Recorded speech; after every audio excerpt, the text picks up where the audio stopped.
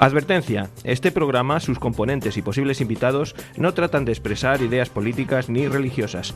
En este programa solo divulgamos hechos históricos y relatamos leyendas sin ningún posicionamiento político, ni religioso, ni social.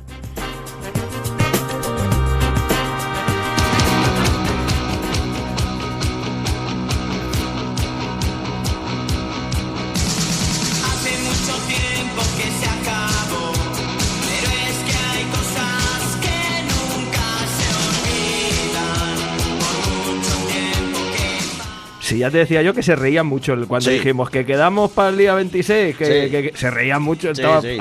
Y hoy mira la que nos ha hecho. Oye, está aquí más blanco, mírale, si parece al... ¿Cómo se llama? Y siempre soy blanco, si yo soy muy blanquito, hombre. Parezco bañado por Ariel. ¿Pero dónde estás, muchacho? Aquí el reportero más dicharrachero de Barrio Sésamo, en la Castilla Profunda. En la Castilla Profunda. ¿Ahí habláis todavía castellano antiguo? O... Todavía, Sí, del sí. siglo XVI. Se dice en igual y clemallera y cosas de esas. Cosas de esas. Ya te digo, por aquí estamos de obra, pero bueno, sacando un ratillo para probar. No me quiero perder nuestro programica. Hay que ver, Juan, que como no para de hablar siempre y mete ruidos, él, claro, al no escuchar la música no sabe si bajamos y subimos, y él habla cuando tiene que hablar. Sí, no, claro. Porque Sí, como... tú hablas sin decir nada. Ya mi ritmo, ¿no? Ay, y hoy que tenemos invitada, ahora ya te contaremos, pues encima a lo mejor incluso no dejas que hable. Pero bueno, de momento... Por menos de un pitillo, ya sabes. Yo voy a decir que estamos en No Me Cuentes Historias, el programa de historia de Onda Plana Santa Cruz, 107.4 de la FM. ¿Qué?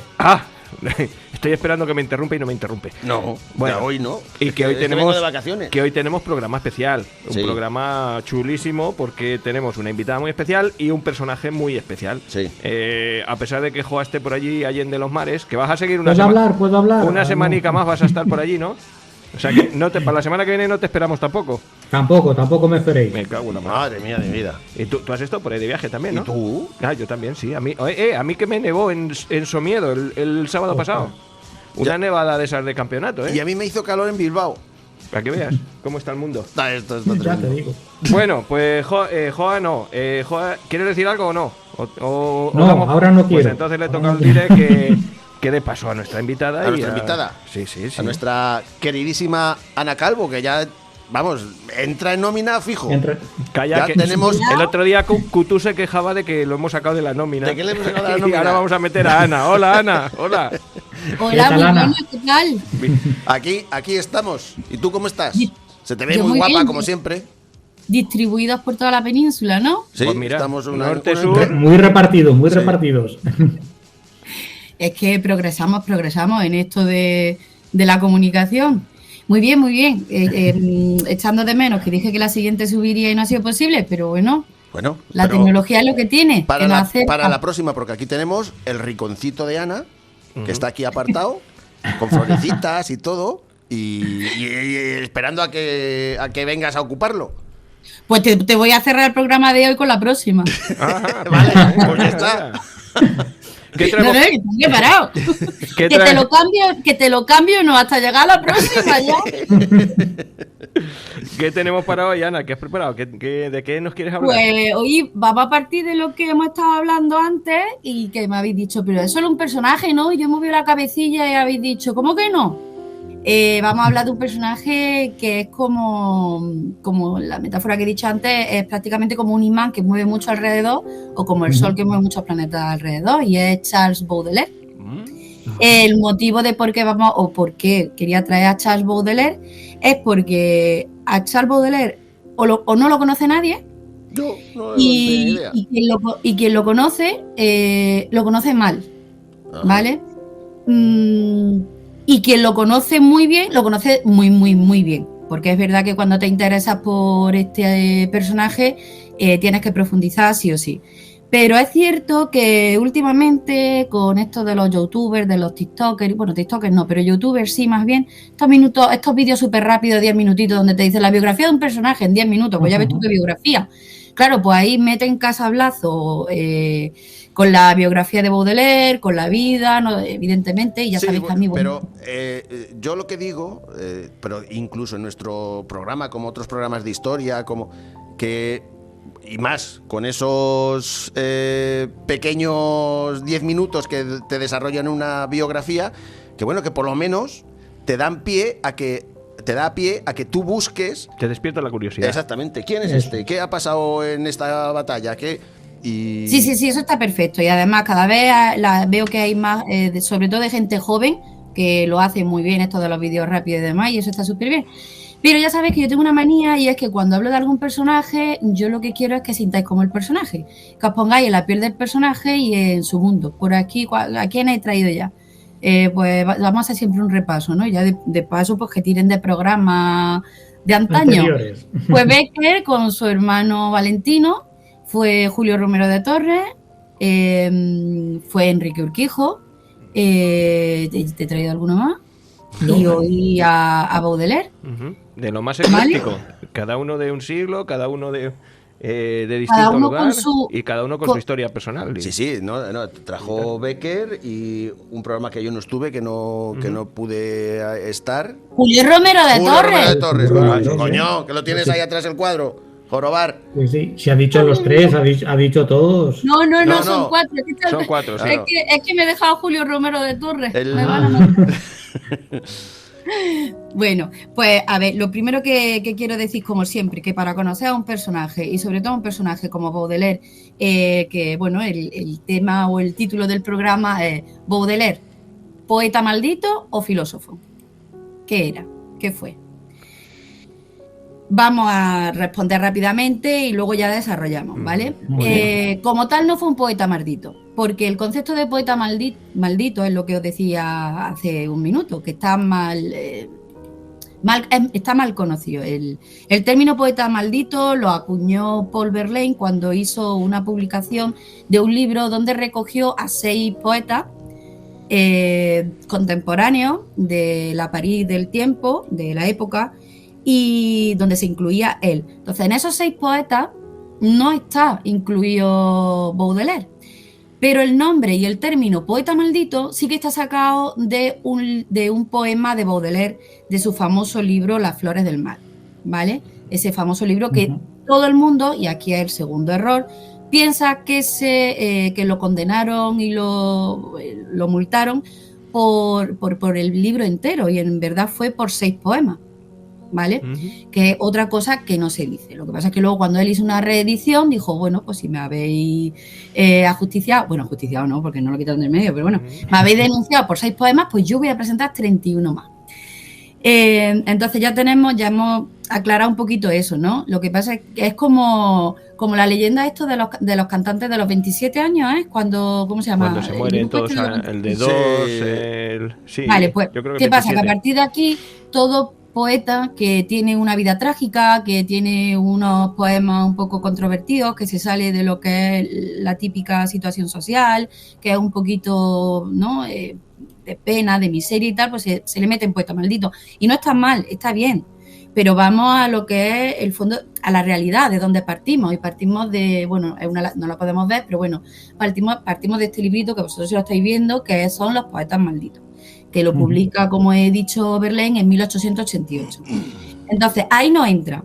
Este libro, bueno, pues tiene un pequeño ensayo de 6 poetas, no entra Baudelaire, pero sí es verdad que todos han bebido ya del trabajo de Baudelaire. ¿De acuerdo? Entonces, para ponernos en contexto, ahora vamos a retroceder mucho, vamos a coger esa máquina del tiempo que tenéis por ahí, vamos a salir del 2025, y aunque voy a hacer una especie de definición de ciertas cosas, pero porque nos escucha pues todo tipo de gente. Entonces, bueno, pues hay quien sepa algunos términos y otras personas sí, porque no lo conozcan. Entonces yo, con vuestro permiso, voy a leer algo súper rápido, que es fundamental y que todo el mundo tenía que tenerlo como base, pero entiendo que pues no todo el mundo lo tenga o que se nos olvide, ¿vale? Sobre todo esto es para posteriormente poder entender a Baudelaire, porque si yo empiezo aquí a hablar de la poesía de Baudelaire y no nos ponemos en contexto, no vais a entender nada. Vaya a decir me gusta o no me gusta, eso sí, pero quizás si os cuento un poquito más de su vida, del porqué, de su situación, pues lo comprendemos todo, ¿no? Como el último programa que tuvimos con el último personaje. Vamos con ello. Son varias cositas así muy rápidas que van a salir continuamente en el programa de hoy, ¿vale? El término poesía, ¿qué es la poesía? Os digo la definición tal cual, que es la primera que os va a salir en cuanto googleéis. Género literario que expresa ideas, sentimientos o experiencias de forma artística, es una forma de comunicación que busca evocar emociones, sentimientos y transmitir belleza a través del lenguaje. Hasta ahí de acuerdo, ¿no? Sabemos todo lo que es la poesía. Una manera de expresarnos diferente que el lenguaje ordinario pues no nos permite, porque esa manera de utilizar metáforas, esa musicalidad y tal, pues la poesía es mucho más fácil. Filosofía, ¿qué es la filosofía? De aquí viene el título de poeta maldito o filósofo, que esto también es muy importante. Conjunto de saberes que busca establecer de manera racional los principios más generales que organizan y orientan el conocimiento de la realidad, así como el sentido de obrar del ser humano. Buscarle una respuesta a todo. Aquí os voy a explicar una cosa que con este estudio he encontrado y es un ejemplo buenísimo. Pero quiero que intervengáis también, ¿vale? Es que, a ver, el ser humano tiene la necesidad de crear sin muchas controversias, ¿vale? Respetando las creencias de todo el mundo. El ser humano tiene la necesidad de crear a Dios. Pero Dios no le sirve mientras sabe el concepto de que ha sido creado por él mismo, por el ser humano. Entonces necesita desvincularse, necesita alejarse, olvidar que ha sido una creación de Dios, una creación del ser humano, para saber que Dios existe. Es decir, necesitamos mentirnos constantemente. Necesitamos saber, el ser humano necesita saber que hay algo después del más allá, aunque lo hayamos, esto es algo que hacemos mucho y lo hacemos para sobrevivir, porque para eso está nuestro cerebro. Nuestro cerebro lo único que se encarga es de la supervivencia del ser humano. Entonces, en este tema... Necesitamos creer en algo. Necesitamos creer en algo. La fe es necesaria. Hay una serie muy buena, que es la de Vikingos, que cuando está el protagonista principal del Vikingos, Ragnar que no me acuerdo cómo se llama, Ragnar, serie. Y está a punto de morir, está con su amigo inglés y están hablando antes de entregar al otro rey, que al final le tira... Con el sacerdote que se lleva, que al final sí, fue buenísimo. Pues hablan de su dios, del dios cristiano, y de los dioses de los dioses vikingos. Y están hablando y dice, bueno, al final tenemos que creer en algo. Y si no hubiera ningún dios, lo tendríamos que crear. Efectivamente. Es que es así, es tal cual. Vale, lo has dicho, ha sido un ejemplo muy bueno el de esa serie, además buenísima y recomendada, por supuesto. Vamos con la revolución industrial, ¿vale? Que vista desde ahora decimos, uy, la revolución industrial.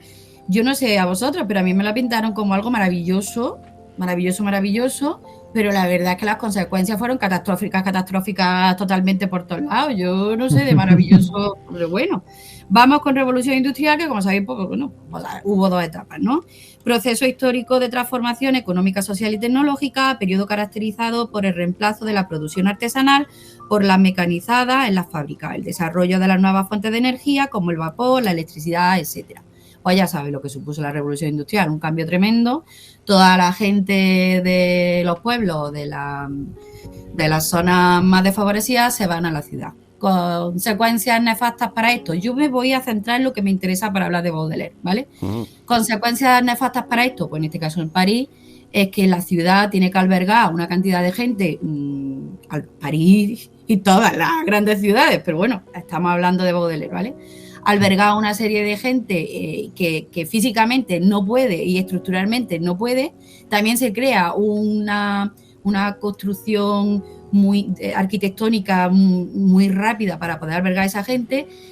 Se forma por primera vez la palabra obrero, se crea el personaje del obrero, pero también hace que la burguesía sea más burguesa y que la gente pobre sea más pobre todavía, que se viva en condiciones nefastas. Entonces, es cierto que, bueno, aquí es que hay, en fin, es que es un progreso positivo o negativo, pues es que depende de para qué, porque las clases medias pasaron a ser bajas y las clases bajas pasaron a no existir. En este término y en este punto tenemos a Baudelaire, ¿vale? Y hago un inciso, por supuesto, Baudelaire es aristocrático, ¿vale? Está ahí de acuerdo. Él no reniega nunca de dónde viene, pero decide vivir por voluntad propia y además confirmado por voluntad propia en un terreno que no es el suyo, porque detesta de dónde él viene. Pero sin embargo, no pierde la realidad de ambos mundos. Y esto es muy sencillo, lo decimos constantemente.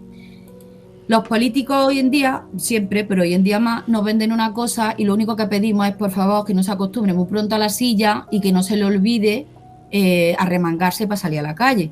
Es decir, Baudelaire no se desvincula totalmente de la aristocracia, sí, a nivel de relacionarse y demás, pero él dice que el poeta tiene que tener un pie en ambas partes, en ambas clases, para no perder nunca la perspectiva. Porque si te quedas en el mundo de la aristocracia, pierdes la perspectiva de la realidad que hay en el mundo desfavorecido. Y si te quedas en el desfavorecido, pierde la perspectiva de la realidad del que hay en la burocracia. Claro, por lo tanto, solamente ves una parte, no ves la... Claro, eso es muy importante. Eso deberíamos de hacerlo todos. Sí, pero bueno, la empatía. La empatía y al estar continuamente informado de, vale, sí, yo, bueno, pues tengo un estatus, he cambiado de estatus o lo que sea, pero yo no puedo perder nunca mi realidad. Sí. Hay gente que progresa mucho en la vida y se le olvida de dónde viene, y eso tampoco es bueno, porque, oye, no debes de olvidar de dónde viene. Antonio Machado tiene una frase muy buena que dice, evita los altares, porque no te dejan ver la perspectiva correcta. Algo así, no lo he dicho tal cual, pero es algo así. Bueno, pues es lo mismo, es algo que deberíamos de hacer todos. Y hay gente pues que sí que se va, que progresa y que me alegro muchísimo, pero que se va desde la realidad. Baudelaire no, Baudelaire lo que hace es adentrarse todavía más. Seguimos con un poquito de definiciones para terminar con ella. Modernismo, porque es otra cosa que vamos a necesitar. De hecho, a Baudelaire se le tiene como el padre del modernismo. Voy a añadir poéticamente hablando. No en todos los términos ni en todos los ámbitos, pero la poesía seguro, ¿vale? Y yo ya en lo otro no voy a entrar, seguro que va a saltar alguien defendiendo cada uno su terreno. Pero por lo pronto, en la poesía modernista es el padre del modernismo. Modernismo es el problema principal para Baudelaire, porque en la modernidad hay una conciencia de lo transitorio. El continuo cambio vuelve insostenible y angustioso la vida del personaje. Lo que nosotros estamos viviendo, que no nos compramos un teléfono y cuando lo hemos terminado de entender tenemos que cambiarlo con otras cosas nuevas. Y cuando hemos aprendido a hacer una transición administrativa por internet en una página, al año siguiente otra página diferente y con otras cosas. Pues estamos en un continuo modernismo y esto es lo que a personas como Baudelaire y como muchísimas otras que tienen una capacidad diferente de sentir las circunstancias, de ver las cosas y de vivirlas, pues le afecta muchísimo. Aquí hay dos opciones: o te unes al rebaño y eres exactamente igual y vives tranquilo, pero no eres libre, o decides llevar las riendas de tu vida, pero con un riesgo muy grande. Y es que si tú no vives como los demás, te excluyes tú solo. La exclusión, sí. Te vuelve loco. Eso te vuelve loco. Sí. Entonces, aquí voy a meter una cosita también que se dice mucho de Baudelaire. Se dice que, y es verdad, que frecuentaba los prostíbulos, tuvo dos amores, sus dos amores fueron prostitutas. Bueno, se formó, ahora luego cuando digamos la biografía, no he hablado todavía de la biografía, ¿eh? Cuando digamos la biografía, pues ya veréis quiénes eran y demás. El caso es que también se dice, ¿no? Porque que sí, que era un alcohólico con la senta, que si el opio, que si el hachís, sí, de acuerdo, pero también hay que tener presente una cosa, y es que Baudelaire contrae la sífilis muy pronto. Muere a los 40 y... cuando muere Baudelaire muy prontico, 41 años, una cosa así, y la sífilis la contrae sobre los 20.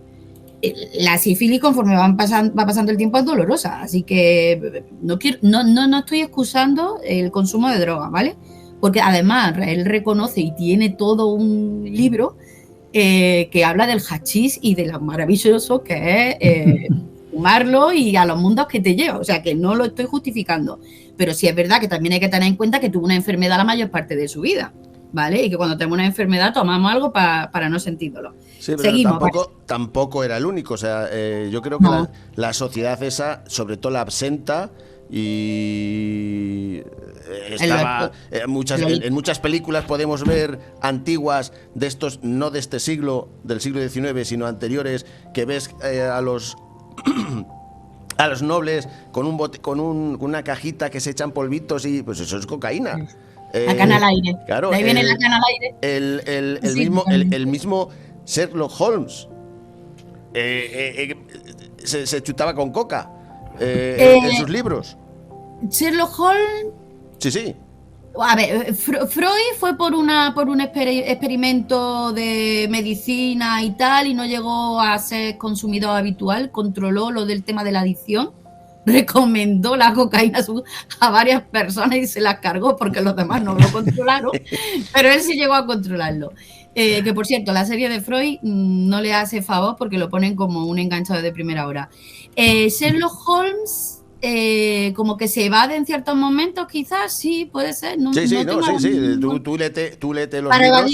Tú léete los libros de sí, supongo que para maquinar, ¿no? Cuando está y ver otra perspectiva. Sí, a ver, si es que todos los literatos y toda la gente, toda la persona que no es obrera, sino trabajadora, porque esa definición la voy a decir ahora y ya aprovecho, y tiene la posibilidad de evadirse pues mediante los mecanismos, cada uno el mecanismo que puede. Si tú eres de una clase que te puedes costear el polvito blanco, pues estupendo, y si no, pues la senta, que es lo más barato y lo más accesible, y que cada uno como puede, pero sí, por supuesto, y los escritores y los filósofos y los literatos, los novelistas, los poetas de toda la época, claro que sí. Aparece en esta época también pues la palabra y el personaje del obrero, que suele referirse al trabajador manual, industrial o de construcción. Y luego está el trabajador, que es otra cosa diferente, que engloba a todas las personas que realizan un trabajo, ya sea manual o intelectual. Eso hoy en día es muy fácil de diferenciar. Así que, vamos, yo creo que es muy fácil hoy en día, porque hay mucha gente que trabajamos todos. Pero ser obreros no lo somos todos. No sé si lo veis vosotros, ¿lo entendéis? Sí, hombre, sí. Vale, no tiene tampoco mucho, pero yo quiero saber si vosotros lo entendéis para saber si se me va a entender. Sí, yo creo que sí, claro. Sí, mujer, sí. Y ahora también aparece Rousseau. Bueno, que hasta ahora era el filósofo, que ya sabéis que Rousseau, el primer término, o sea, lo más brutal de Rousseau es que el hombre es bueno por naturaleza. Y es la sociedad el que lo corrompe. Que tiene que haber, por supuesto, una democracia, que los de arriba tienen que servir a los de abajo. Rousseau, que esa teoría es copiada de Sócrates, que no decía que la sociedad lo corrompía, pero sí la ignorancia. Sócrates, el filósofo griego, decía que todos somos buenos, pero es la ignorancia lo que hace de ser malo. Sí, el tema, cuando la diferencia entre una persona que, a ver, cuando uno se declara filósofo, ¿vale? Es porque tú tienes que partir, la filosofía, trabajar con filosofía, todo tiene unos cánones. Si tú eres poeta, tienes que tener unos cánones, novelista, otros cánones, y filósofo, otros cánones, ¿vale?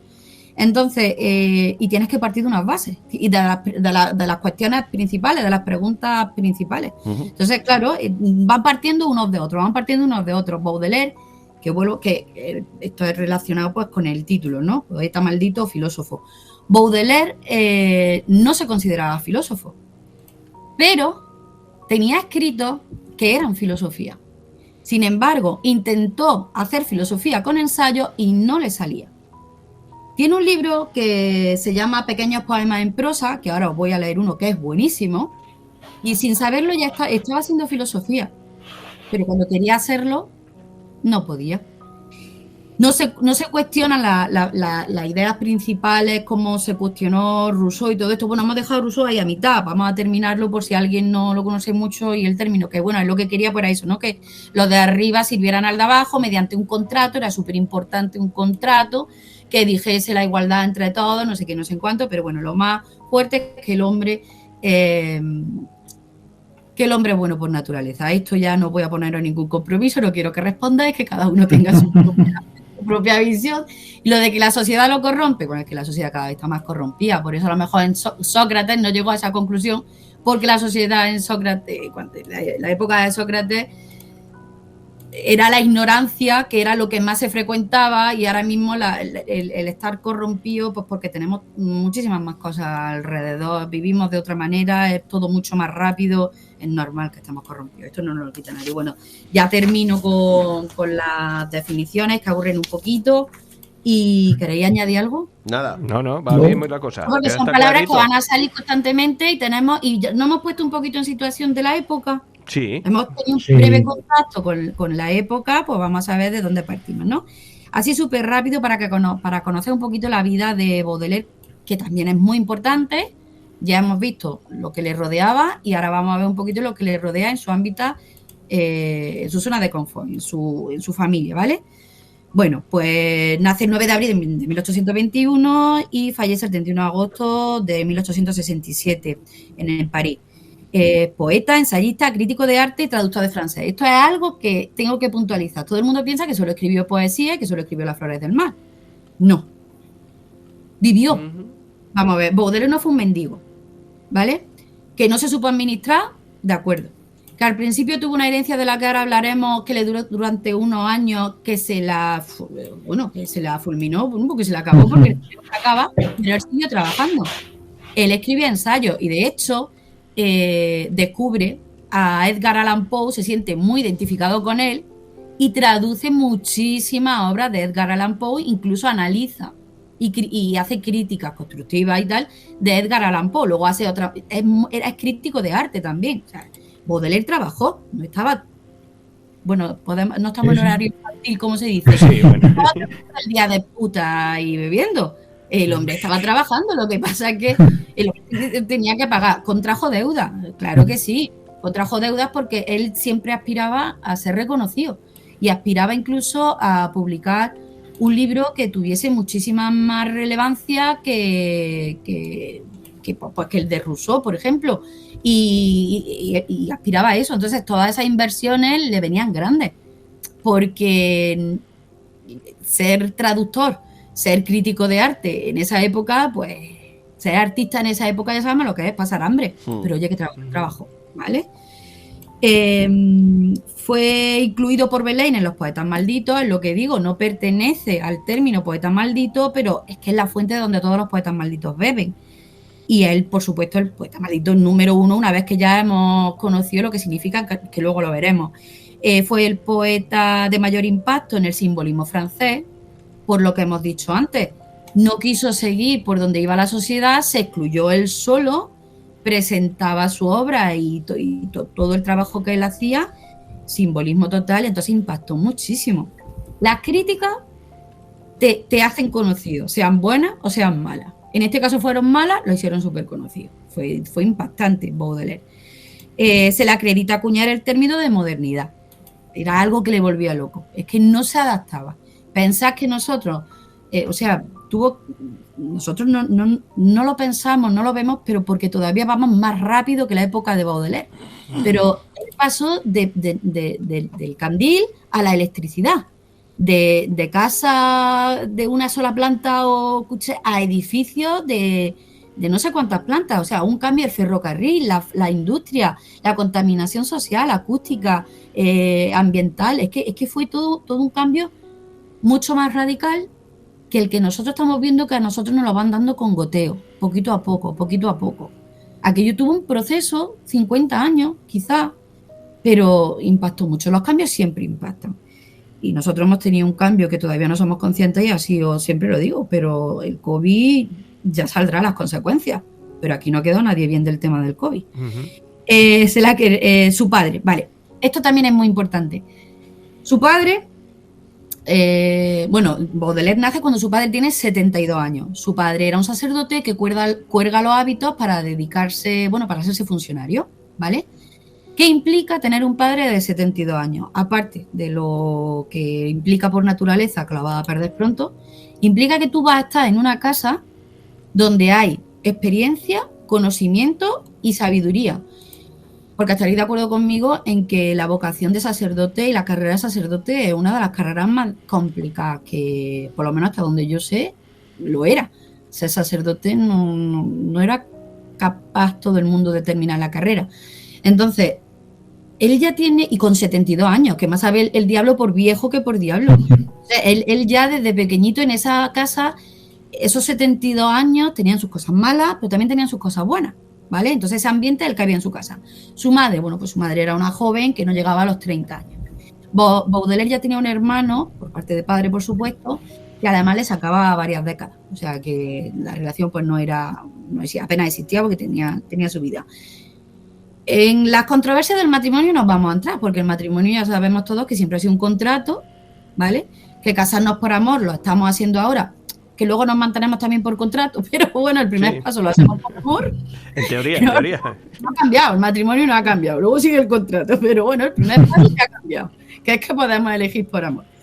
Pero bueno, ya sabemos, bueno, el hombre se quedaría viudo, necesitaría una mujer en casa, porque ya lo sabemos, y ella pues venía exiliada, porque sí, ella vino exiliada y tal, y bueno, pues nada, matrimonio. ¿Qué ocurre? Que fallece el padre de Baudelaire cuando tiene... Aquí no está en unos sitios sale 4, en otros sale 6 y tal. Yo creo que tendría pues entre 5 o 6, porque luego cuando va diciendo a la edad que se saca bachillerato, a la edad que es mayor edad, he echado cuenta, yo creo que su padre falleció cuando él tenía pues de 5 para 6 años.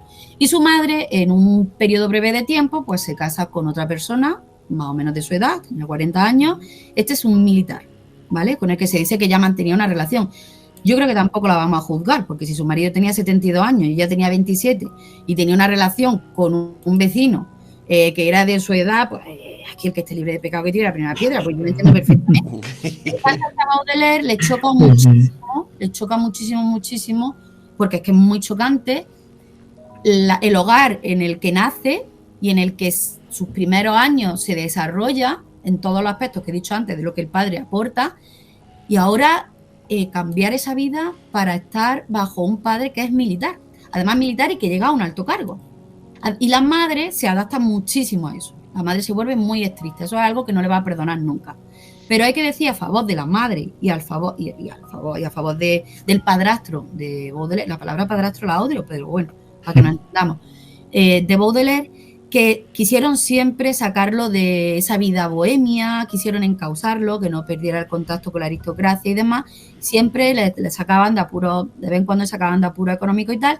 Y de hecho Baudelaire muere en los brazos de su madre. Es decir, que pese a la malísima relación que tuvo Baudelaire con el marido de su madre, que por cierto, la ironía de la vida, está enterrado justo al lado que su padrastro, pese a eso, siempre quisieron llevarle por buen camino. ¿Qué hizo? ¿En qué influyó esta relación de su madre con este hombre? En todo. Influyó en todo, sobre todo porque se metió en grupos sociales de rebeldía, simplemente para ver si se encontraba a su padrastro y poder pegarle un tiro. Joder. O, por ejemplo, para ver si alguien le dejaba armas para poder cargarse. Estaba obsesionado con esta figura, porque había cambiado a su madre en la personalidad y no lo soportaba. Y además, evidentemente, chocaba muchísimo porque él nació con un don, y el otro pues quería llevarlo por la vida aristocrática por su bien. Esto no lo vamos a cuestionar. Bueno, esto ya todo esto lo he dicho, no voy a... Aupic se llamaba el hombre, ¿vale? El general. Este hombre se llamaba Aupic, el padre. Vamos con la juventud y la bohemia de Baudelaire. Ya hemos hablado un poquito de la infancia. En 1840 se escribe la Facultad de Derecho, y aquí es cuando que no termina bachillerato, pero esto no. Y aquí es cuando ya comienza a frecuentar pues el barrio latino, el famoso barrio latino, que es donde están las prostitutas y donde está todo esto. Aquí tiene, conoce a Gerard Nerval, que para mí es un personaje también es muy curioso. A mí Nerval me gusta mucho, todos los ensayos y el trabajo de Nerval. Bueno, su primer amor es una prostituta, que esto lo conoce todo el mundo. Se llamaba Sara, era una prostituta judía. Y bueno, pues se dice de ella que era avisca y calva. En uno de los poemas de Baudelaire aparece...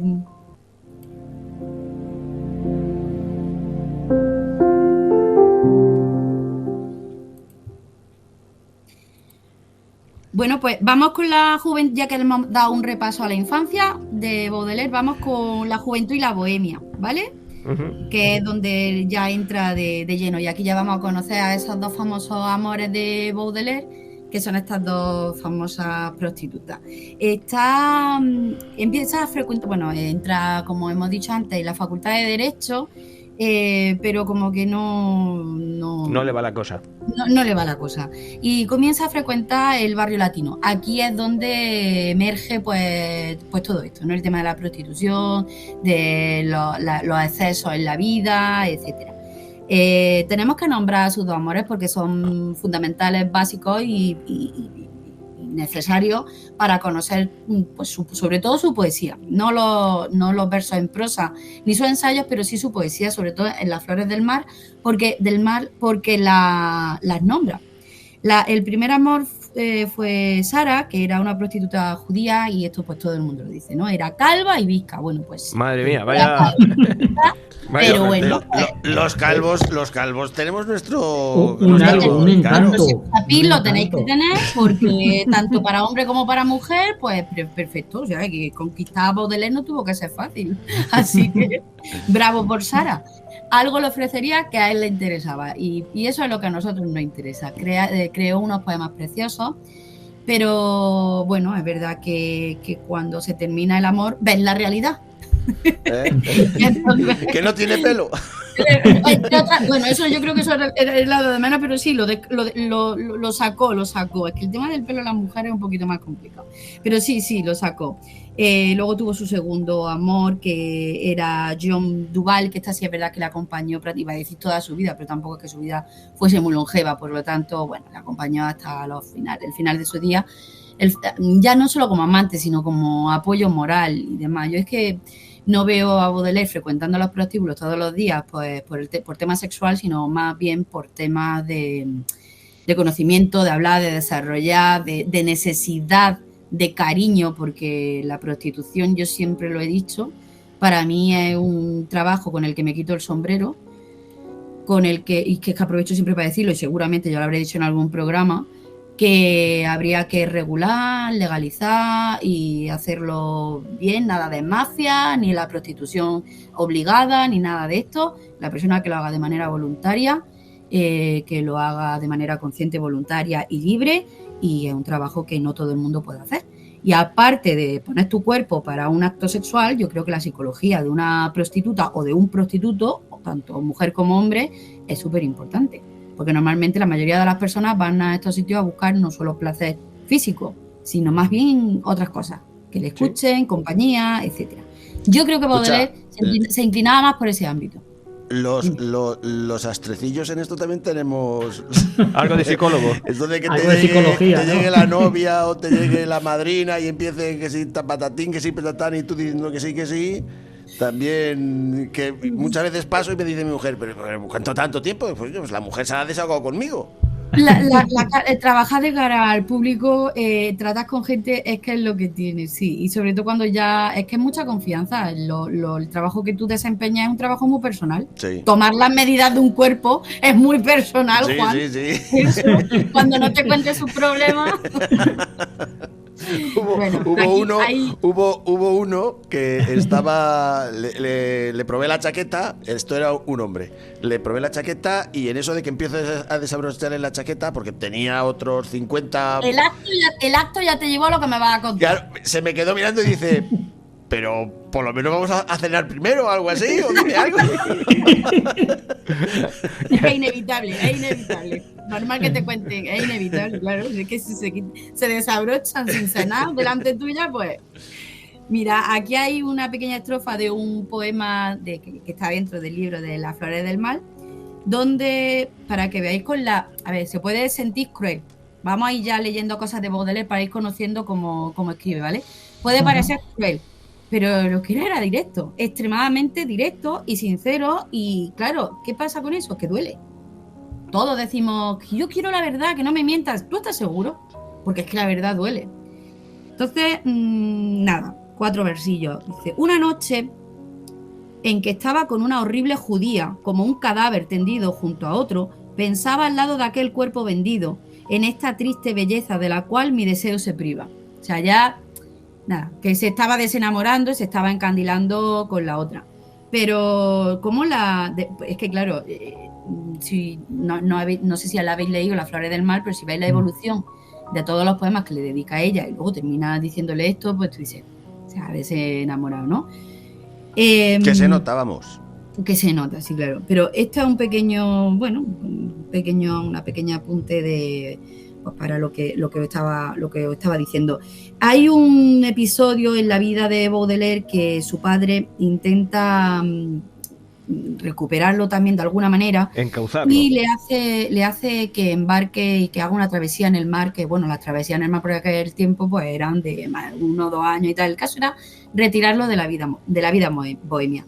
¿Qué ocurre? Que en una de las paradas resulta que cumple la mayoría de edad.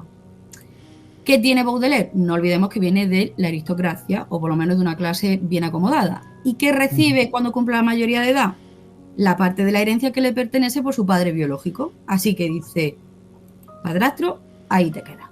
Coge la parte de la herencia y se vuelve a su París. ¿Qué es lo que le hace esto? Bueno, esto la verdad es que le permite a Baudelaire poder relajarse y poder hacer lo que quiere. Gracias a eso tenemos lo que tenemos de él.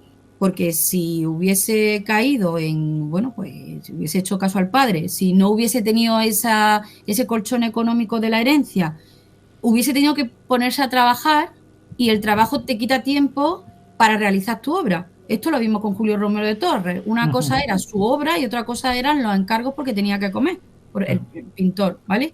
Esto es exactamente lo mismo. Entonces, bueno, pues esa pequeña herencia, a los que amamos la obra de Baudelaire, yo lo agradezco muchísimo, porque pudo permitirle la libertad y el tiempo para que sí, que fuera el canal, ¿vale?, de todo lo que sentía, luego lo vomitara en la poesía. Tener tiempo libre y poder... Tener el tiempo para desarrollar tu para arte. canalizar. Sí. El poeta canaliza lo que ve y lo que siente y lo vomita en la poesía. Entonces, esto ya está. ¿Qué le duró? Pues Julio Verne al principio tenía trabajo de que si a las 5 de la mañana tenía que hacer no sé qué, a las no sé cuánto, se organizaba para llegar a todo, porque si no podía. Entonces, pues si tienes tiempo libre, pues puedes desarrollar tu trabajo, lo que llevas dentro, pues mucho mejor. Tu vocación. Claro. Hay muchísimos artistas que terminan casándose pues con alguien que económicamente los puede mantener, pues porque quieren desempeñar su obra. Por ejemplo, Remedios Varo, que es un personaje que siempre digo que voy a traer, luego al final nunca termino trayendo. Remedios Varo trabaja, es muy trabajadora y tal, pero luego al final pues se casa con alguien que económicamente es pudiente, y es cuando empieza ella ya a realizar su obra. Vale, aquí es donde trae ya Baudelaire Las flores del mar, ¿vale?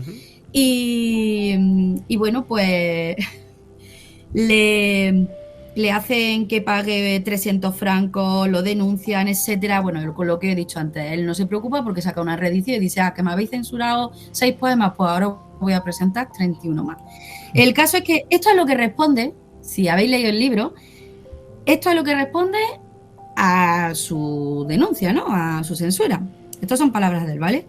Todos los imbéciles de la burguesía que pronuncian las palabras inmoralidad, moralidad en el arte y demás tonterías que me recuerdan a Louise Villedieu, una puta de a 5 francos que una vez me acompañó al Louvre, perdón, mi pronunciación, donde ella nunca había estado, y empezó a sonrojarse y a taparse la cara, tirándome a cada momento de la manga. Me preguntaba ante las estatuas y cuadros inmortales cómo podían exhibirse públicamente semejantes indecencias. O sea, en 1, 2, 3, 4, 5 líneas, 3 líneas, todo lo que le ha dicho, ¿vale? Le ha puesto de hoja perfil. Una prostituta se escandaliza en el museo por ver cuerpos desnudos plasmados en un lienzo y escultura y tal. Una prostituta. Pues le está diciendo lo mismo, pero ¿de qué os escandalizáis vosotros? Me estáis llamando a mí inmoral cuando vosotros sois los más inmorales. Era buenísimo, es que con 3 palabras derrumbaba cualquier teoría que se le pusiera delante. Por eso siempre estaba solo, porque no había quien hablaba con él. Entonces, mira, hay una cosa que le persigue mucho a Baudelaire, que le hace entrar en... Es un sentimiento, ¿vale? Que le hace entrar en sus bucles.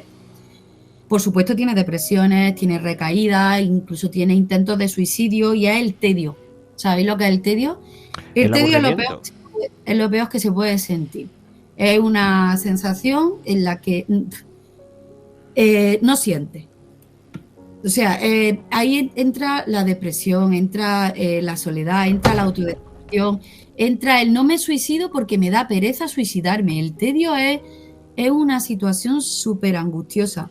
Y esto le genera, es un bucle el que tiene Baudelaire, porque ve su París, ve la evolución y las consecuencias de la revolución industrial, ve el modernismo, que él empieza a anunciar ya el tema del modernismo, de esos cambios continuos y que no te da tiempo a progresar.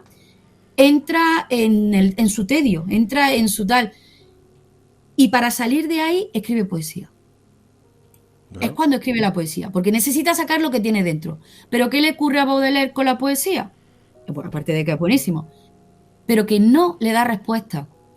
La poesía le relaja, vomita las necesidades, los sentimientos, pero la poesía no le da respuesta. ¿Cómo consigue Baudelaire tener respuesta? Y es cuando empieza a filtrar un poquito con la filosofía, con este libro, con el que he dicho antes, Pequeños poemas en prosa, que bueno, se llama Split de París, que es eso, el tedio de París, es esa sensación, ¿vale? Aquí me gustaría ya leeros una cosita para que, a ver, he tenido que elegirlo por muchos motivos. Primero, tiene que ser intenso, tiene que ser entendible rápidamente para todo tipo de oyentes y tiene que ser breve. Y tiene que tener un poquito de filosofía, ¿vale? ¿Qué título tiene? Pues La moneda falsa. La moneda falsa, vale. Buenísimo. Es el 28 del libro, ¿vale? Súper rápido, pero necesito ya que vayamos escuchando el trabajo de Baudelaire, ¿de acuerdo? Cuenta una historia y parte pues así, tal cual. Tiene muchos detalles en los que no voy a pararme, pero vosotros sois muy inteligentes y los vais a ver. Y si no, yo luego pues me saldrán porque no me puedo callar. Comienza así, dice: al alejarnos de la expendeduría de tabaco, del estanco, vamos, mi amigo se puso a clasificar cuidadosamente su dinero suelto, es decir, la vuelta que le había dado la mujer al pagar el tabaco, ¿vale? En el bolsillo izquierdo del chaleco introdujo pequeñas monedas de oro, en el derecho moneditas de plata, en el bolsillo izquierdo del pantalón un buen puñado de perras gordas y por último, en el derecho del pantalón, ¿se entiende?, una moneda de plata de 2 francos que había examinado antes con especial atención. ¡Qué distribución más peculiar y minuciosa!, dije yo para mí adentro. Al poco tropezamos con un pobre. Baudelaire dice la palabra pobre sin escrúpulos. Lo llama así, tal cual. Nada de gente desfavorecida, nada. Pobre. ¿De acuerdo? Que tembloroso nos tendió su gorra. Nada hay para mí más turbador como la elocuencia muda de esos ojos implorantes que encierran a la vez para el hombre sensible que sabe leer en ellos tanta humildad y tantos reproches. Tan profunda complejidad de sentimiento es comparable, en cierto modo, a la que se advierte en los ojos lacrimógenos de los perros que han sido golpeados. Al ser la limosna de mi amigo mucho más generosa que la mía, porque le dio los 2 francos. Le dio los 2 francos. Al ser la limosna de mi amigo mucho más generosa que la mía, le dije: tiene usted razón. No hay placer mayor después del de quedarse asombrado que el de causar sorpresa. Es decir, te describe la situación, vamos disparando, ¿vale? Para que lo vayamos... ¿cómo se dice? Asimilando. Se le acerca al pobre y tal, le impacta la mirada, ¿vale? Porque, bueno, él sabe empatía, además, sensibilidad extrema, le impacta la mirada y tal, y entonces les dicen: no hay mayor sorpresa que sorprender cuando ha sido sorprendido, ¿vale? Entonces él lo dice así, se siente mal, porque, bueno, él le da una limosna un poquito más pequeña.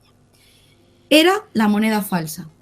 Me respondió tranquilamente, como queriendo justificar su prodigalidad. Habéis recordado que antes, cuando estaba clasificando las monedas, miró muy minuciosamente esa moneda de 2 francos. La aparta. Pues el amigo le dice: era la moneda falsa. Aquí ahora ya hay un debate. ¿Era la moneda falsa realmente? ¿O se lo dijo a Baudelaire? Esto, si fue real o no, no nos importa. Pero bueno, o se lo dijo a Baudelaire para que no se sintiera mal, puesto que él le dio menos limosna que su amigo. ¿Vale? Pero esto se queda aquí. Ahí se queda. Aquí, en nuestra cabeza. Pero en mi miserable cerebro, empeñado siempre en buscarle 3 pies al gato, con qué mortificarme facultad me ha obsequiado la naturaleza, entró súbitamente la idea de que semejante conducta por parte de mi amigo solo sería excusable por el deseo de crear un acontecimiento en la vida de aquel pobre diablo, o tal vez incluso por el placer de imaginar las consecuencias diversas, funestas o de cualquier otra índole, que pueda engendrar una moneda falsa en manos de un mendigo. ¿Se multiplicaría quizá en moneda auténtica? Es decir, si compra lotería, por ejemplo, puede ser que cuele y su dinero aumente y durante un periodo de tiempo deje de ser pobre y pueda comer durante un mes. ¿O acabaría acaso por llevarla a prisión? Es decir, va a pagar una barra de pan y le denuncian pues porque me están dando una moneda falsa y al calabozo. ¿Quién sabe si algún tabernero o panadero haría que lo detuvieran por falsificador o por intentar falsear dinero? Podría darse igualmente la circunstancia de que para un mísero pequeño especulador la moneda falsa fuera el germen de una riqueza de varios días. Y así iba divagando más y más en mi fantasía, prestándole alas al ingenio de mi amigo y extrayendo todas las deducciones posibles de todas las posibles hipótesis, cuando éste interrumpió bruscamente mi elucubraciones, detonando mis propias palabras. Y le dijo el amigo, mientras él estaba pensando, cómo le iba a cambiar a ese hombre. Cambiarle le iba a cambiar.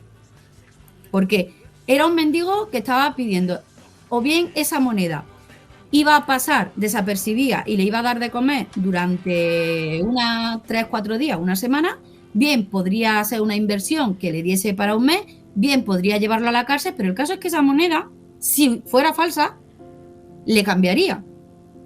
Esto nos hace pensar que cualquier pequeño gesto por nuestra parte puede cambiar el efecto mariposa, de una manera brusca, la vida de cualquier persona. Total, que su compañero le dice, sí, tiene usted razón, no hay placer más dulce que el de sorprender a un hombre dándole más de lo que espera. Volví la vista hacia él y me horrorizó ver que en su ojo brillaba un incontestable candor. ¿Esto por qué lo dice? Esto lo dice porque tú no haces un gesto generoso, un gesto, vamos a ver, ¿cómo se dice? Que no... Amable. Amable no, cuando eres... Generosidad, cuando das limosna... ¿De caridad? De caridad. No eres caritativo. Si tú eres caritativo con el dinero, estás haciendo un negocio. No estás siendo caritativo. Porque tú con el dinero estás dándole dinero a otra persona, pero para ganarte el cielo. Le doy una limosna. Es que aquí nos pone en cuestión el tema de la limosna. Sí. Este texto va en cuestión al tema de la limosna. Nos pone en cuestión... Si lo haces por ti, no por el otro. Exacto. ¿Por qué lo haces? O mata a 2 pájaros de un tiro. Le hace un bien a él, pero también te hace un bien a ti. Y ya no quiero ver más. Pero tú te implicas en solucionar, en ayudarle. ¿Lo haces de corazón o es que buscas un interés? O lo haces por las dos cosas. Lo haces porque lo necesitas, pero a la vez tú también te sientes bien. Porque calmar la conciencia, dormir con una conciencia tranquila, la queremos todos. El caso es que aquí pone en cuestión ya la limosna. Esto es cuando me refería a que Baudelaire, sin querer ser filósofo, hacía filosofía. Esto no es un texto filosófico. Son versos en prosa, pero está haciendo una filosofía tremenda. Continúo, que ya queda muy poco, ¿vale? Vi entonces claramente que su intención había sido la de hacer una obra de caridad a la par que un buen negocio, librarse de 8 reales y ganar con ello el corazón de Dios, acceder al paraíso por un módico precio, en definitiva, adquirir de Barde una acreditación de hombre caritativo. Hubiese podido perdonarle el deseo del gozo criminal del que instantes atrás se creía capaz. Es decir, que si él hubiese dicho, sí, mira, yo le voy a dar la moneda falsa para quitármela de encima, porque no quiero que me estafen a mí y ya está. Eso se lo hubiese perdonado. Pero que gozara comprometiendo a los pobres, pero lo que nunca podré perdonarle es la ineptitud de su razonamiento. Y aquí viene la frase buenísima. No hay disculpa posible para el hecho de ser malvado, pero al menos cierto mérito hay en saber que uno lo es. El más irreparable de los vicios es hacer el mal por estupidez. Este texto es buenísimo. O sea, lo puedes leer muchísimas veces, que te tocan muchísimos temas. El tema de la moral, el tema de la limosna, el tema de cuando nosotros damos limosna, verdaderamente nos paramos a pensar qué es lo que estamos haciendo. ¿por qué nos paramos a decir, mira, ¿en qué puedo ayudarte? Si puedo darte trabajo, te lo da. Hay gente que, bueno, pues que puede que lo haga, pero el tema de la limosna lo pone en cuestión. Que el tema de la limosna, aquí es cuando emerge muchísimo, claro. Porque es que esto son unas consecuencias clarísimas. Siempre ha existido, y siempre ha existido la gente que mendiga, ¿vale? El mendigo ha existido siempre. Pero la limosna como tal, así de dar dinero, como que se eleva un poquito más después de la revolución industrial, ya que hay más movimiento de moneda. ¿Seguimos en la misma línea todos? Sí. No, dime, Joaquín. Dime. Hombre, que el tema limosna yo creo que se ha dado a lo largo de toda la historia, de tener caridad con los más desfavorecidos.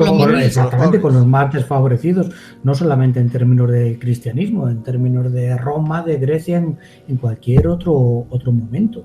Exacto. ¿Sabes? Una pequeña diferencia, que quiénes eran los que en esa época que tú me estás diciendo podían dar la limosna. Y ellos lo hacían porque su religión, tú lo has dicho, el cristianismo y tal, te decía, la religión musulmana. ¿Cuál es uno de los principales, de las 5 cosas que tiene que hacer? Dar limosna. Dar limosna. ¿Vale? Pero hay una diferencia de que te lo digan para tú ser un buen católico o un buen practicante de tu religión, a que en la actualidad, ahora mismo, en el siglo XIX o siglo XX, ya sabemos que esto de ser practicante o porque nos lo diga la religión, no lo hacemos. Ya es una cuestión de moral, una cuestión social, la limosna. Tú ahora ya, si das limosna, lo haces por catolicismo, porque eres católico practicante, o lo haces porque te nace, te está pidiendo, pues le voy a dar. Porque es que ahora es diferente. ¿Me explico?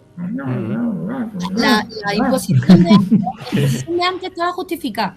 La imposición de ahora, ¿por qué? Evidentemente las circunstancias son diferentes, el siglo es diferente, hay que verlo todo desde la perspectiva que es. Eso es indiscutible.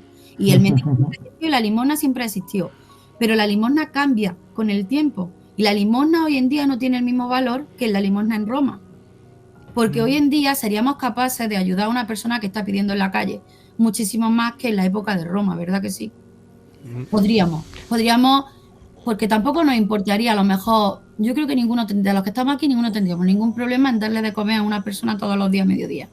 ¿Nos supondría mucho? Yo no estoy hablando de comprar una casa y darle trabajo, pero de darle un plato de comida. Bueno, esto ya entra en temas que tampoco, ¿vale? La cosa está si el que recibe quiere ese plato de comida o lo que busca es la limosna. Claro, sí, bueno, hoy en día ya si entramos ahí, que si están las mafias detrás, que algunos no lo quieren porque lo que lo quieren es para alcohol, no para comprar. Bueno, ya cada uno lo hace. Esto ya cada uno lo hace como quiere. Yo, por decirlo personalmente, no doy dinero. Yo, si están en el supermercado, salgo con comida. Sí, yo también. Y digo, ya si quieres, esto vale. Esto ya es que estamos en el 2025. Sí. Esto evoluciona, ha existido siempre. Pero recordemos que estamos hace 200 años, ¿vale? Entonces, todo esto él, pues, se lo pregunta, ¿vale? Vamos con el trabajo de Baudelaire, que ya mismo tendría que terminar, ¿no? Los tres temas principales en el trabajo de Baudelaire es el amor, la muerte y lo que he dicho, la modernidad. Eso que no le termina no lo termina de aceptar, no termina de encauzar, ¿vale? Y tiene ese bucle, como he dicho anteriormente, con el tema del tedio, que ya habéis conocido lo que significa.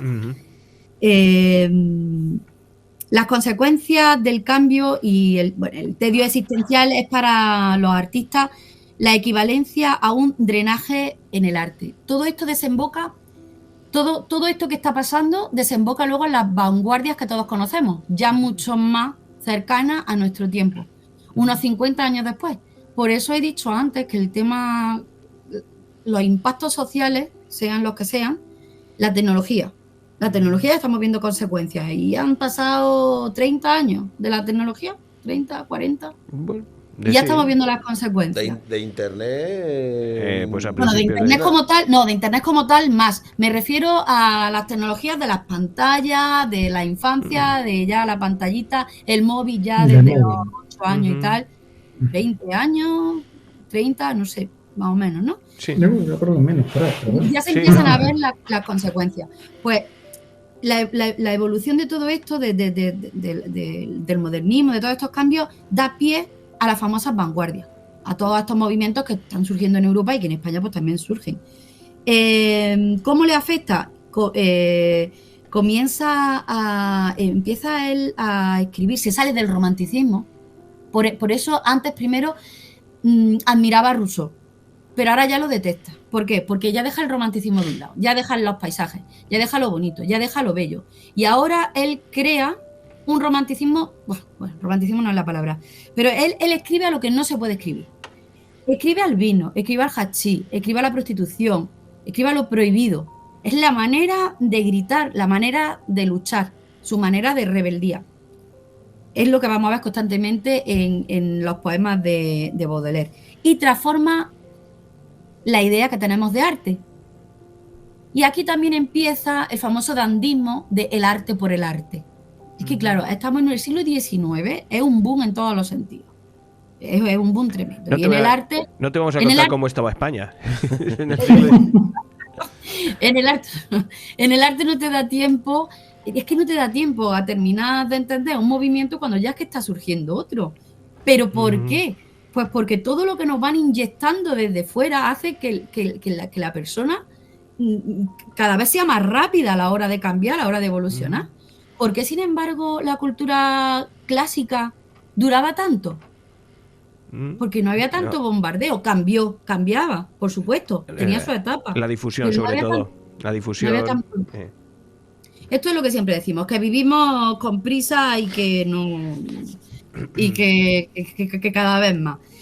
Pero el siglo XIX es súper importante. Y bueno, y como estamos hablando de Baudelaire, pues en esto es lo que le afecta, ¿vale?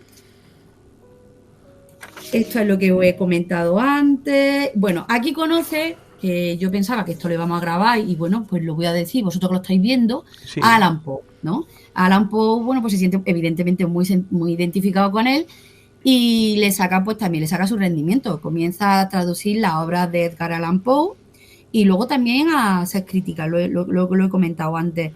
Y aunque no de manera directa, pero sí tiene un libro que es maravilloso, lo voy a citar por aquí. Es de la editorial Acantilado, Charles Baudelaire, escrito sobre el arte, literatura y música. Aquí está, ¿vale? Este tomo es unas 600 páginas, o por lo menos esta, ¿vale? Vosotros sí que lo veis. El experto en libros lo conoce seguro.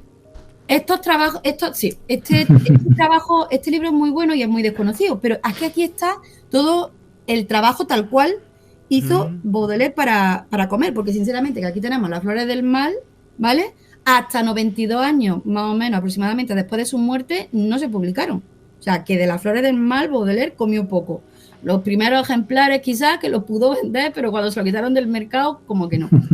Y bueno, y esta es una recopilación evidente, pero es muy buena, porque aquí están todas las críticas que él hacía al arte, a la literatura, a personajes, criticaba a personajes contemporáneos, y lo publicaba en los periódicos, y era lo que he dicho antes, que Baudelaire trabajaba. Sí, ¿vale? Yo es que me he quedado en estos libros donde has dicho que hacía filosofía sin no, sí, es que me ha parecido interesante, porque ya no es que escriba una novela de terror, un ensayo de yo que sé, de lo que sea.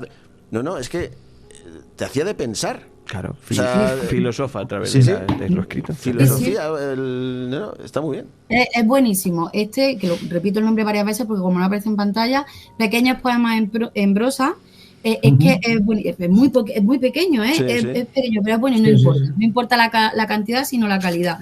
Es buenísimo. Sin embargo, en el que os he enseñado antes, que es el que recopila todos sus trabajos, ensayos, críticas, aquí hay artículos en los que intenta hacer filosofía, pero es que no le sale igual que en esta. ¿Por qué? Porque esta lo hace del corazón.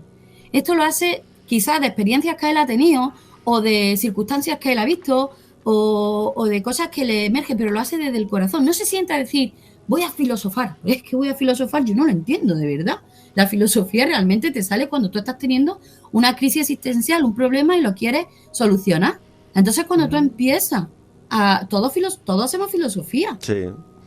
Individualmente.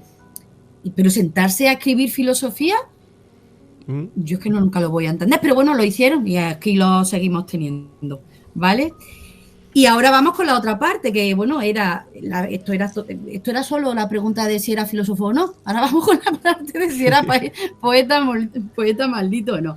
Bueno, ese ya sí lo he dicho al principio, ¿no? Que era el librito que saca Verlaine, donde elige a 6 poetas y demás. ¿Qué tiene este libro de interesante? Bueno, a ver, esto sí es verdad que fue una cosa... Fue muy curioso, ¿eh? Y divertido, las cosas como son. Porque son 6 personajes donde él se incluye con un seudónimo, no pone su nombre. Pero gracias a este libro conocemos otro personaje, que ya digo yo aquí que hay otro personaje, que es Rimbaud, ¿vale? Este también lo conocéis, Arthur Rimbaud. Seguro, lo habéis visto. Este es el famoso poeta que escribió muy pocos poemas, pero muy buenos, y murió a los 20 años. Joder. Y tuvo un romance con Verlaine, el que sacó el libro de los poetas malditos. Gracias a Verlaine conocemos a Rimbaud, ¿vale? Rimbaud era... No quiero decir la palabra... No lo voy a decir. Este por naturaleza sí que... Por naturaleza y por satisfacción le gustaba provocar a la burguesía.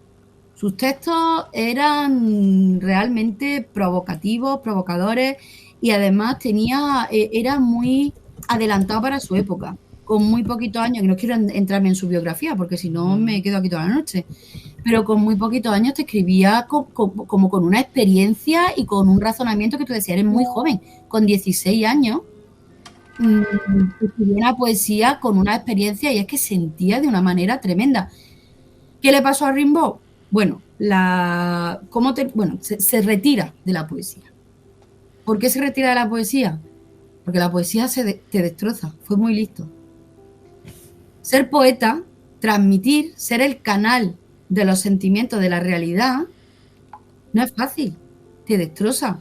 Tienes muchos momentos de crisis existenciales, tienes muchos momentos de depresiones, sentir tanto te termina agotando. Entonces entiende que la poesía no le hace bien, es buenísimo, pero no le hace bien. Y se retira, se dedica a la vida comercial. Termina muriendo de un cáncer óseo, tiene absolutamente nada que ver, pero se retira súper joven. Porque entiende súper joven también, que es lo curioso de Rimbaud, de Arthur Rimbaud, que es buenísimo, que la poesía te destroza, es una droga. La poesía te destroza, joder. La poesía te destroza. Los poetas, ¿tú qué opinión tienes tú de los poetas? Todos los poetas para ti, ¿qué son? Son bichos raros, ¿no? son gente rara que no se adapta, gente rara que tiene vidas que tú dices, es que era poeta.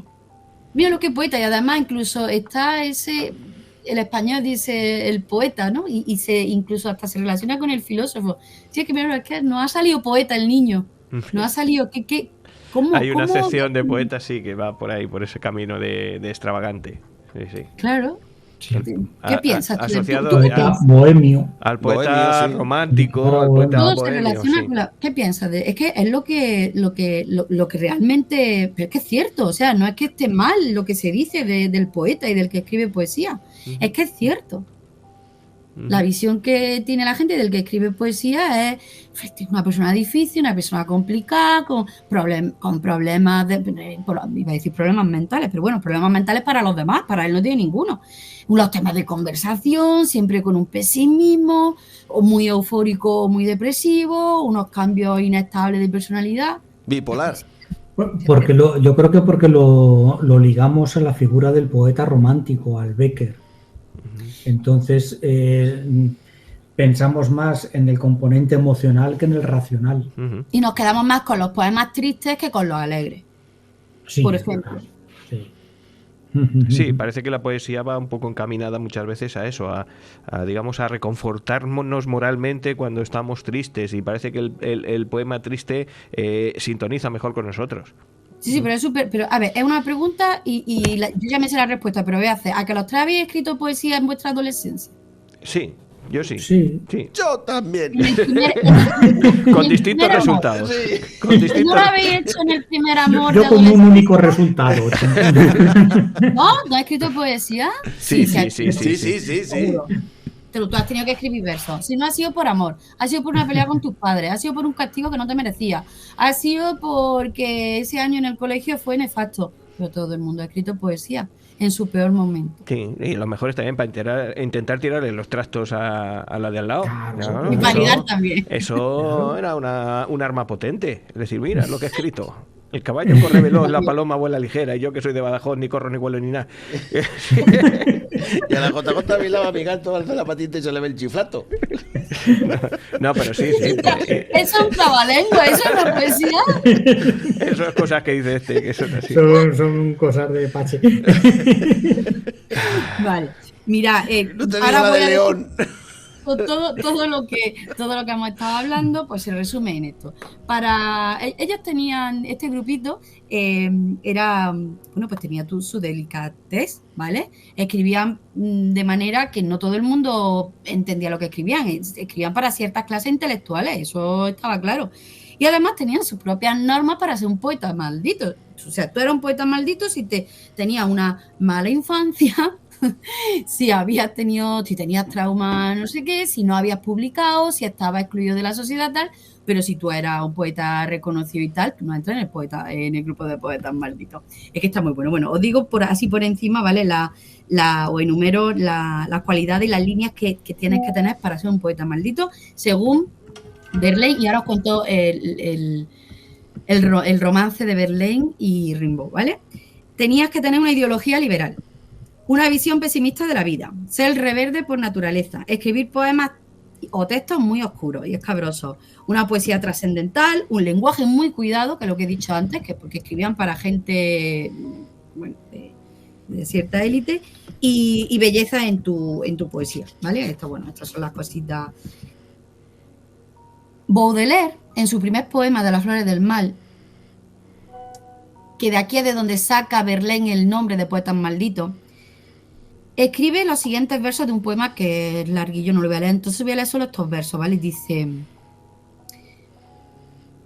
que no haya parido un nido de reptiles antes de alimentar esta cosa irrisoria. Maldita sea la noche de placeres efímeros que en mi propio vientre concibió este castigo. Esto se supone que lo dice una madre de su propio hijo. Y ahora lo vuelvo a leer. Que no haya parido un nido de reptiles antes de alimentar esta cosa irrisoria. Maldita sea la noche de placeres efímeros que en mi propio vientre concibió este castigo. Es como Baudelaire veía o pensaba que su madre se sentía hacia él, como la estaba defraudando, porque la vida que él llevaba no era la que ella había pretendido, por supuesto. Él mismo se mortificaba también. No voy a entrar en la relación que Baudelaire tuvo con su madre, pero no pudo ser muy mala porque, como he dicho antes, le ayudó en varias ocasiones y murió en su brazo. O sea que no. Pero él esto lo escribió. Si lo escribió es porque lo sentía y porque así lo veía, como que defraudaba a su madre. Sí. ¿Vale? Es fuerte. Yo creo que es un texto que no sé yo si hay madre que diga esto. Seguramente que la habrá, porque cada persona es un mundo. El caso es que de este poema es de donde Verlaine saca el título de Poetas Malditos. La teoría del por qué, porque se repite mucho la palabra maldito, no sé qué, no sé en cuánto, bueno, pero desde aquí es de donde se basa él, ¿vale? Donde... Luego, bueno, os leería de todo, que os lo voy a nombrar quiénes eran, ¿vale? Eran Tristan Corbière, que, bueno, aquí no mueren todos a temprana edad ni nada, pero bueno, Corbière también es un personaje muy curioso, ¿vale? Y es un personaje que si no llega a ser por Verlaine tampoco se le conoce, y su poesía es muy bonita, porque además es sobre la mar. Su padre era marinero y tal, y es muy bonita. Las metáforas son, bueno, bonitas, tristes, melancólicas y tal, pero bueno, para mí son bonitas y emotivas, ¿de acuerdo? Arthur Rimbaud, que murió a los 37 años, Paul Verlaine, evidentemente, Stéphanie Mallarmé, una mujer, ¿vale? Está bien. La poesía de esta mujer es extremadamente, a ver si tengo algo por aquí de ella, es extremadamente así tan como para meterla, pues no lo sé, pero nada más el hecho de que la mujer no utilizase ningún seudónimo para escribir cuando en esta época es lo que hacían, ya era un gran acto de rebeldía, sí. ¿Vale? Os voy a leer algo, nada, breve, pero para que más o menos veáis, bueno, pues lo que escribía ella, ¿no? Angustia, no es nada del otro mundo, no es Baudelaire, después de lo que habéis escuchado. Hoy no vengo a vencer tu cuerpo, oh bestia llena de todos los pecados de un pueblo que te ama, ni a alzar tormentas tristes, sí, estoy leyendo, perdón. Ni alzar tormentas tristes en tu impura melena, bajo el tedio, incurable que mi labio derrama.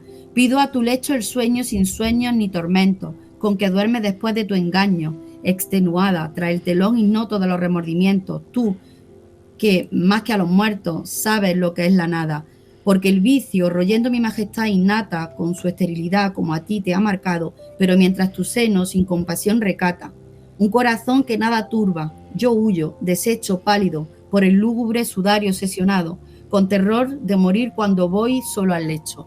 A ver, no está hablando del amante, sino de cómo el amante la ve a ella. Aquí ha tocado el tema de la fertilidad, del vientre vacío, etcétera. Lo he leído súper rápido, la poesía no se lee así. No. Tengo que decir, ¿vale? Pero es que como lo haga, como se tiene que hacer, era muy buena también, ¿vale? Y ya os digo, el hecho de ya no usar un seudónimo le valía para estar aquí. Seguimos. Marceline Desbordes Balmor, me vaya a perdonar, pero es que yo soy muy españolita. No salgo del castellano. No. Y Villiers de la Isla Adam. Yo lo he hecho lo que he podido. Si queréis, luego lo escribo y lo metéis en... ¿Todos murieron? No, bueno, la edad, mira, pues 29, 37, 51, 56, 73, no. Aquí no hay un canon como el de los músicos de la... Sí, de los 27. No. El más joven fue Rimbaud. Vamos con la relación de Rimbaud, ¿vale? Bueno, Verlaine, tenemos que hablar de Verlaine porque escribió este poema. A Verlaine no le pasó nada tormentoso como para ser un poeta maldito, porque tuvo una bonita infancia. Lo que pasa es que, bueno, su padre lo metió en un colegio y esto él lo llevó muy mal. Lo que más le pasó a Verlaine fue en temas amor. Bueno, esto claro, si tuvieras una bonita infancia y de la noche a la mañana, por X motivos, te meten interno en un colegio, pues te marca, ¿vale? Luego, bueno, lo pasó un poco mal porque se enamoró de una prima y no fue correspondido. Luego se casó con su mujer, luego ya se lo pasó mal, porque estando casada con su mujer aparece Arthur Rimbaud y mantienen un romance. Hay una película que por cierto de Rimbaud hace Leonardo DiCaprio. ¿Tiene un romance? Sí. ¿Es vale, homosexual? Es hetero, bueno, a ver. ¿Bisexual?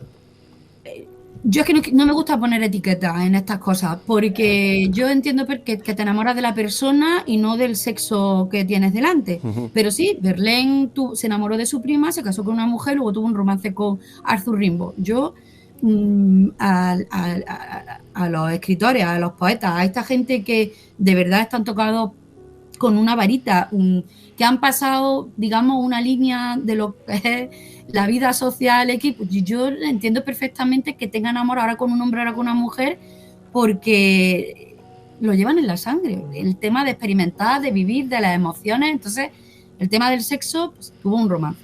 Lo mete en su casa. El joven llega a París y tal,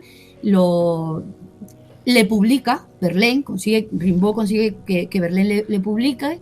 No tiene dinero porque se escapa de casa y tal, lo mete en su casa y tienen un romance muy pasional y muy tóxico. Tienen unas discusiones tremendas. De hecho, Rimbaud le dispara. Le dispara, creo que en el brazo. Le dispara en el brazo. La madre de Verlaine interviene, lo quita del medio, lo vuelve a llevar con su esposa y tal. Rimbaud, después de unos meses en la cárcel, vuelve a salir, se vuelven a poner otra vez en contacto. Esta relación se parece mucho a la que tuvo Oscar Wilde con su amante también, como que no termina de desconectar. Y bueno, ya se quita de en medio cuando Rimbaud decide retirarse de la poesía. Pero el tema del amor esto fue cierto, esto fue así, tal cual. Y es verdad que a Verlaine le debemos el conocer a Rimbaud, porque si no llega a ser por él que le publica, gracias a ese amor tóxico, pues, llámalo como tú quieras, si no llega a ser por él, no lo tenemos. Y Rimbaud es una persona a la que hay que estudiar, ¿vale? Uh-huh. Paramos un momento y subo un poquito la música y tomamos un poquito de agua.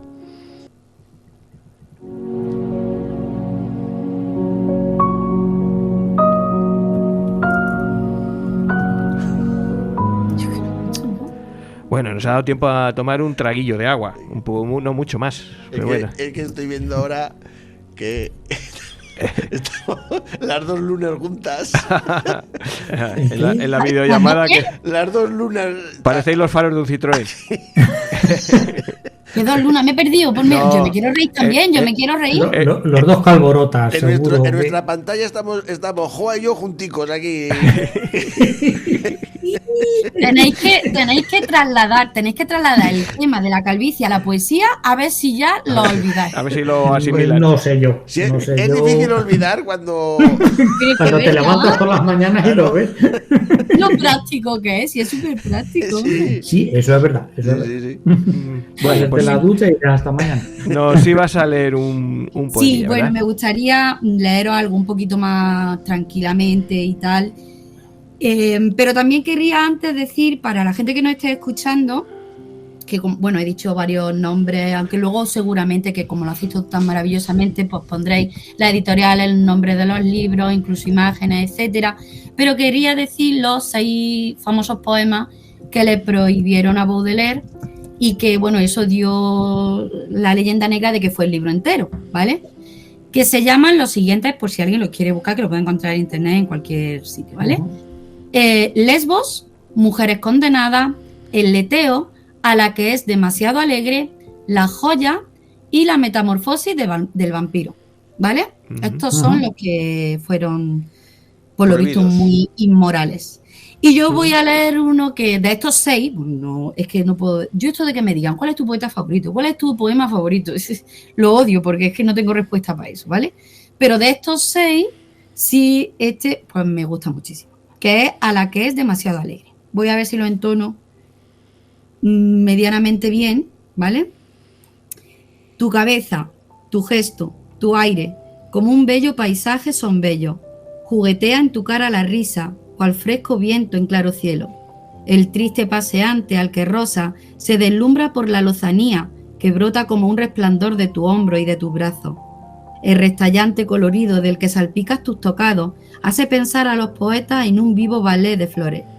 Tus locos trajes son emblema de tu espíritu abigarrado. Loca, que me has enloquecido, tanto como te odio, te amo. Frecuentemente en el jardín, por donde arrastro mi atonía, como una ironía he sentido que el sol desgarraba mi pecho.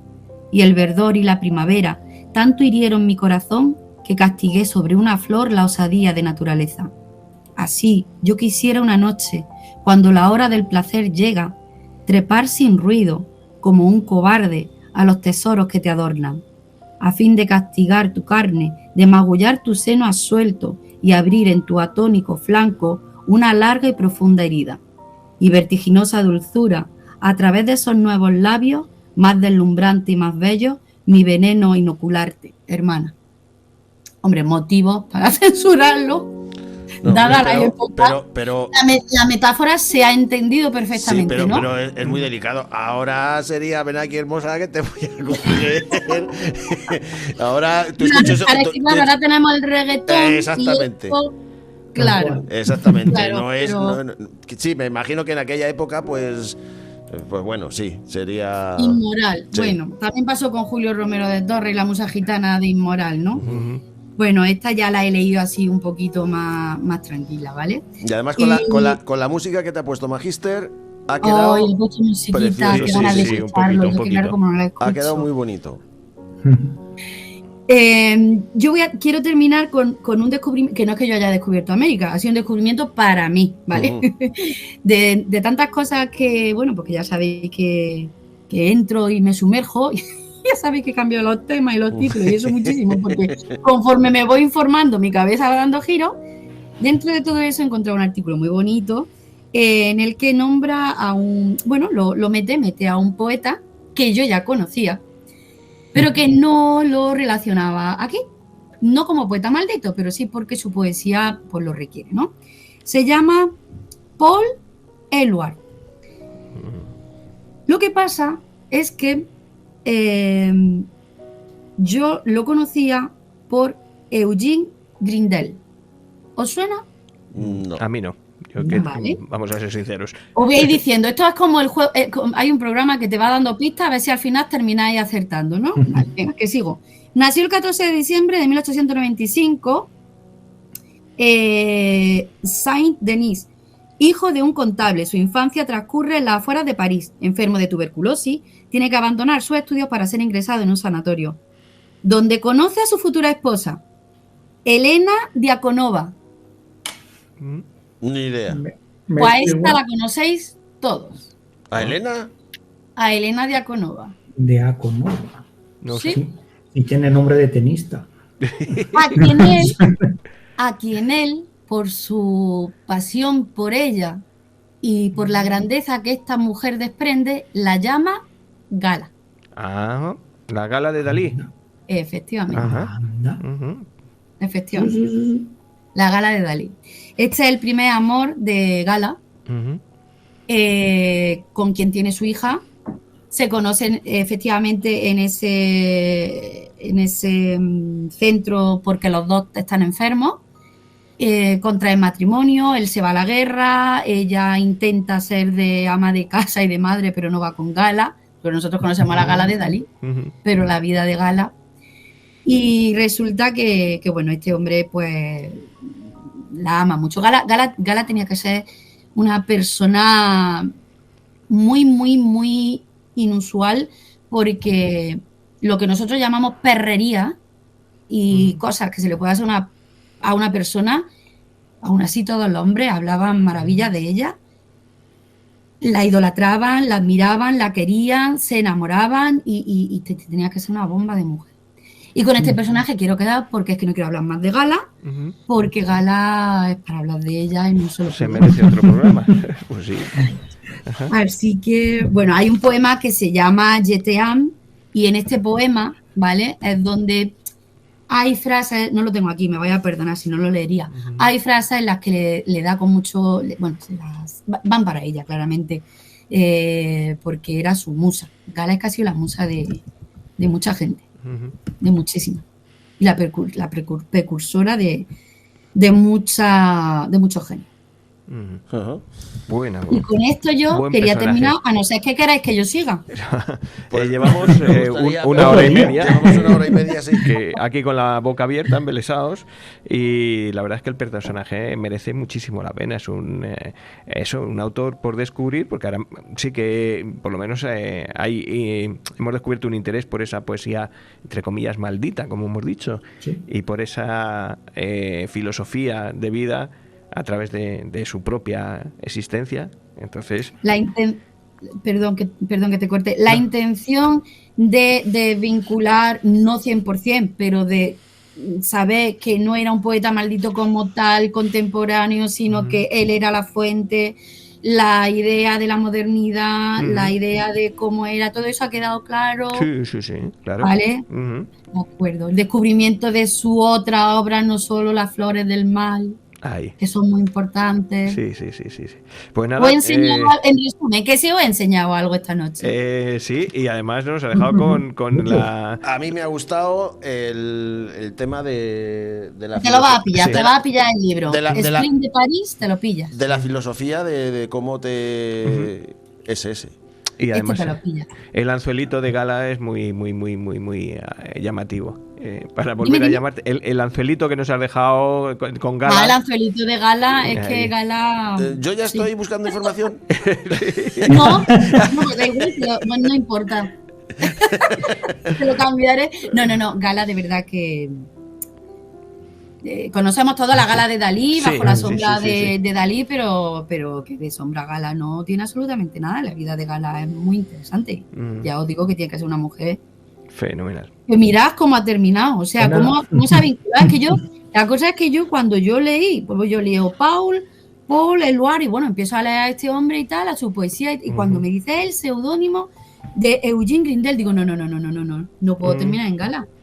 No puede ser. Y las casualidades no existen, así que, siguiente personaje, Ya está. ya está.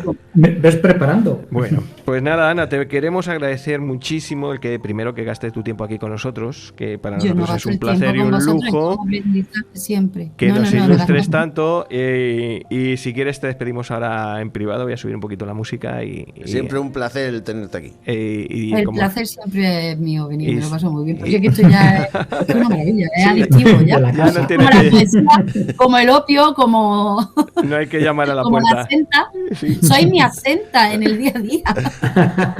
Bueno, espera por ahí un momentín.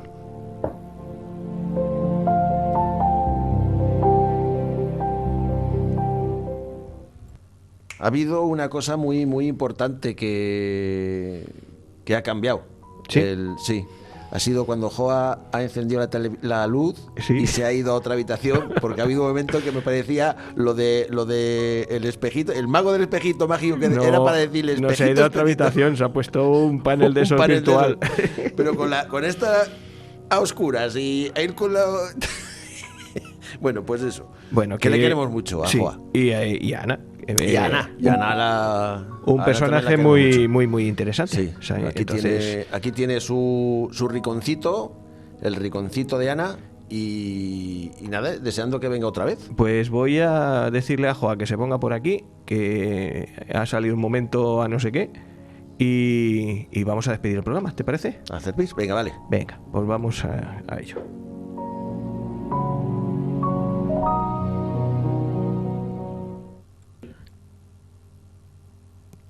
Bueno, Joa, ¿a ti qué te ha parecido el Baudelaire? Pues, la verdad es que es muy interesante. Yo era es un escritor, porque en general el mundo de la poesía pues no me cuesta. Uh-huh. Y sobre todo del 19 para acá me cuesta mucho. Uh-huh. Con los poetas románticos llego hasta Becker. Sí. Becker, Espronceda y estos poetas malditos cuesta. No, me cuestan más. Además hay que tener en cuenta que la poesía de autores extranjeros, llames extranjeros a los que no son españoles, ¿sí? Las traducciones son más difíciles de digerir, porque no hay rima poética en castellano en muchas ocasiones. Entonces es más la interpretación que se le da a esa poesía que la belleza sonora de la poesía en sí. Pues muy bien, pues nada, pues voy a ir, si queréis, poniendo la sintonía de despedida, Siniestro Total, venga, y veis pensando qué hacemos para la semana que viene. Ya está pensado. Que tenemos también online la semana que viene, ¿no? También, exactamente. Sigo en esos mundos de Dios. ¿En la biblioteca? En la biblioteca sigo.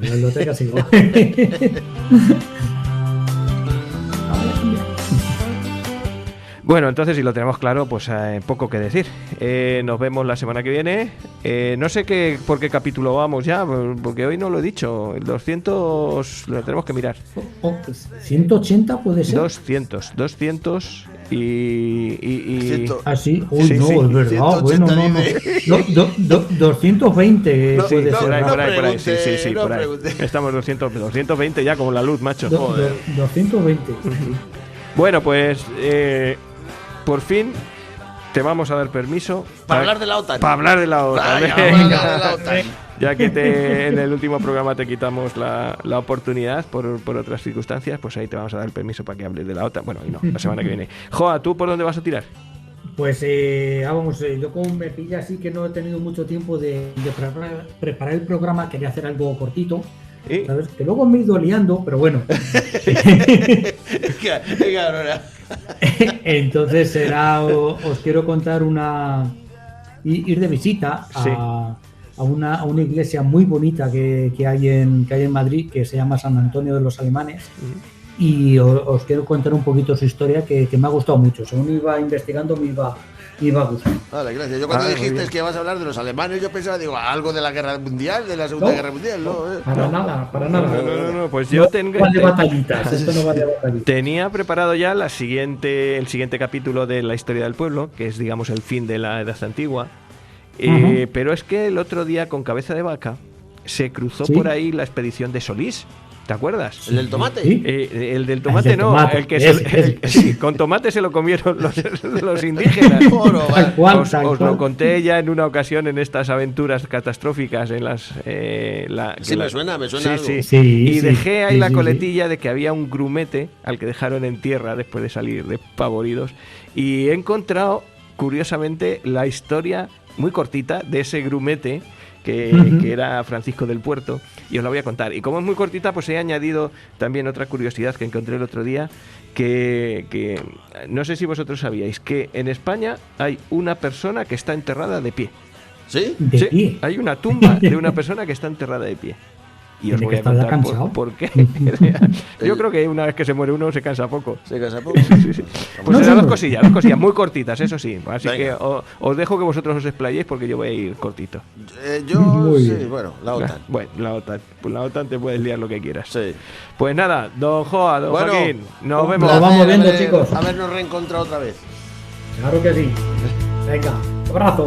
Igualmente.